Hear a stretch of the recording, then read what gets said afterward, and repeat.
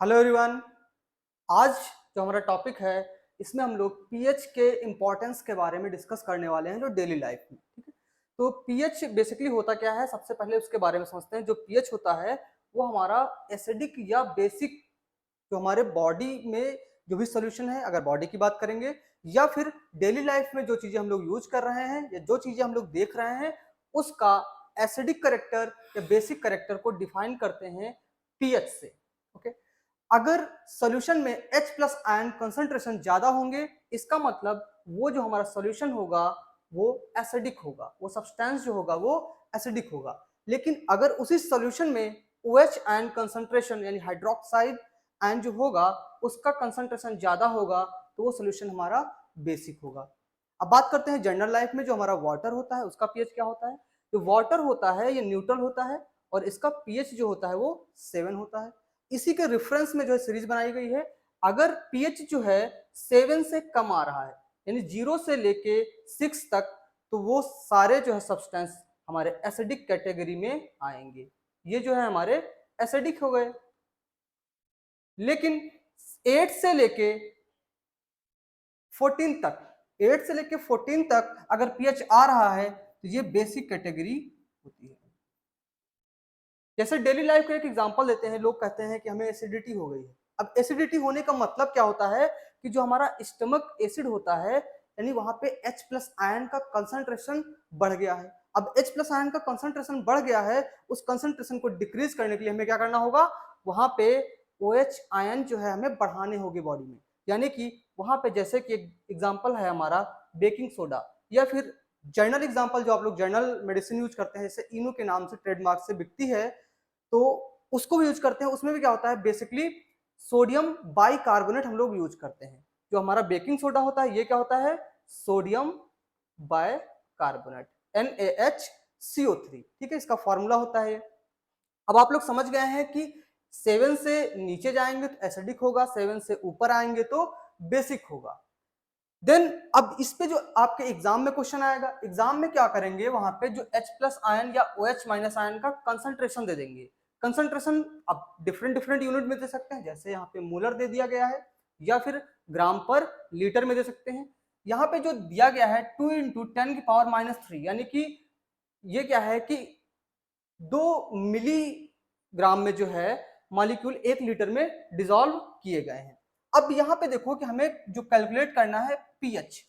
अब हमें पता है कि पीएच का फॉर्मूला क्या होता है, पीएच होता है minus log of concentration of H plus ion. अब हमें क्या करना होगा, ये जो H प्लस आयन का कंसंट्रेशन दिया हुआ है इसको यहाँ पे पुट कर दें। अब इस कंसंट्रेशन को जब यहाँ पे पुट करेंगे तो आप लोग कैलकुलेशन करिएगा और बताइएगा कि यहाँ से आंसर कितना आएगा। इस कैलकुलेशन को करने में आपको थोड़ा सा दिक्कत होगी।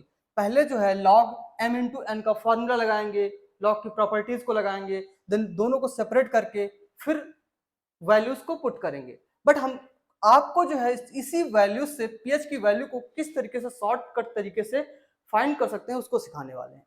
जैसे यहाँ पे लिखा हुआ है, पहले इधर से इधर गए हम, 2 इंटू 10 की पावर -3 मोलर कंसंट्रेशन दिया हुआ है। तो यहाँ पे करना क्या है, आपको जस्ट अपोजिट डायरेक्शन में जाना है। सबसे पहले वैल्यू लिखिए, यहाँ पे लिखा हुआ है 3 तो 3 लिख लिया। अब यहाँ पे 10 लिखा हुआ है तो 10, अब यहाँ पे माइनस है तो माइनस कर लिया, और 10 का मतलब हो गया कि लॉग बेस 10 यहाँ पे दिया हुआ है, लॉग बेस 10, और इसके बाद लिखा हुआ है 2 तो यहाँ पे हमने 2 लिख दिया।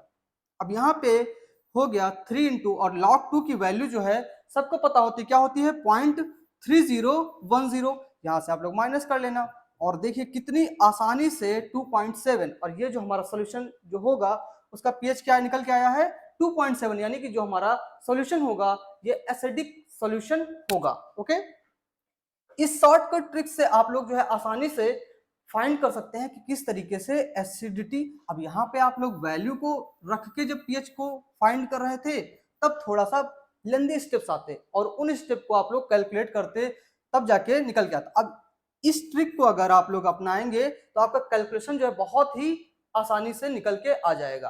अब यहीं पे अगर नेक्स्ट क्वेश्चन आपको दे दिया जाए कि कोई भी जो हमारा सोल्यूशन होगा उसमें OH माइनस आयन का कंसंट्रेशन दिया हुआ है, हम सेम वैल्यू को यूज कर लेते हैं कि दिया हुआ है 2 इंटू 10 की पावर -3। 2 इंटू 10⁻³ दिया हुआ है कंसंट्रेशन। तो यहाँ पे सेम ट्रिक आपको अपनाना है, रिवर्स साइड में आना है। सबसे पहले क्या करना है, हमें 3 लिखना है, देन माइनस लगाना है, देन लॉग लगाना है, क्योंकि यहाँ पे 10 दिया हुआ है, लॉग बेस 10 हो गया, और 2 लिख देना है। तो यहाँ से वैल्यू जो हो गई है, इसका मतलब क्या हुआ है कि 3 माइनस लॉग 2 की वैल्यू 0.3010, तो ये वैल्यू जो निकल के आएगी ये 2.7 हो गया। लेकिन ये जो वैल्यू निकल के आई है ये पीएच की वैल्यू नहीं है, ये पीओएच की वैल्यू है, क्योंकि यहाँ पे जो कंसंट्रेशन दिया हुआ है ये OH माइनस का दिया हुआ है, H प्लस का कंसंट्रेशन नहीं दिया हुआ है। अब इसके आगे अगर आपको पीएच की वैल्यू निकालनी है, क्या करेंगे, 14 से ये जो पीओएच की वैल्यू निकल के आई है इसको माइनस कर देंगे, तो 14 माइनस 2.7, तो आपकी जो वैल्यू है यहाँ पे निकल के आ जाएगी पीएच की। ओके, तो यहाँ से जो वैल्यू निकल के आएगी, ये वैल्यू को आप लोग कैलकुलेट कर सकते हैं बहुत ही आसानी से। क्या होगी, 11.3, यानी कि ये जो हमारा पीएच की वैल्यू निकल के आई है ये आ गई है 11.3, यानी कि यहाँ पे जो पीएच दिया हुआ था इसकी वजह से वह सोल्यूशन हमारा बेसिक सोल्यूशन की कैटेगरी में आ गया। ओके, तो अगले टॉपिक में मिलते हैं आपसे कुछ नए इंटरेस्टिंग टॉपिक के साथ, नए ट्रिक के साथ, किस तरीके से हम लोग आसानी से कैलकुलेशन को कर सकते हैं। Okay, thank you.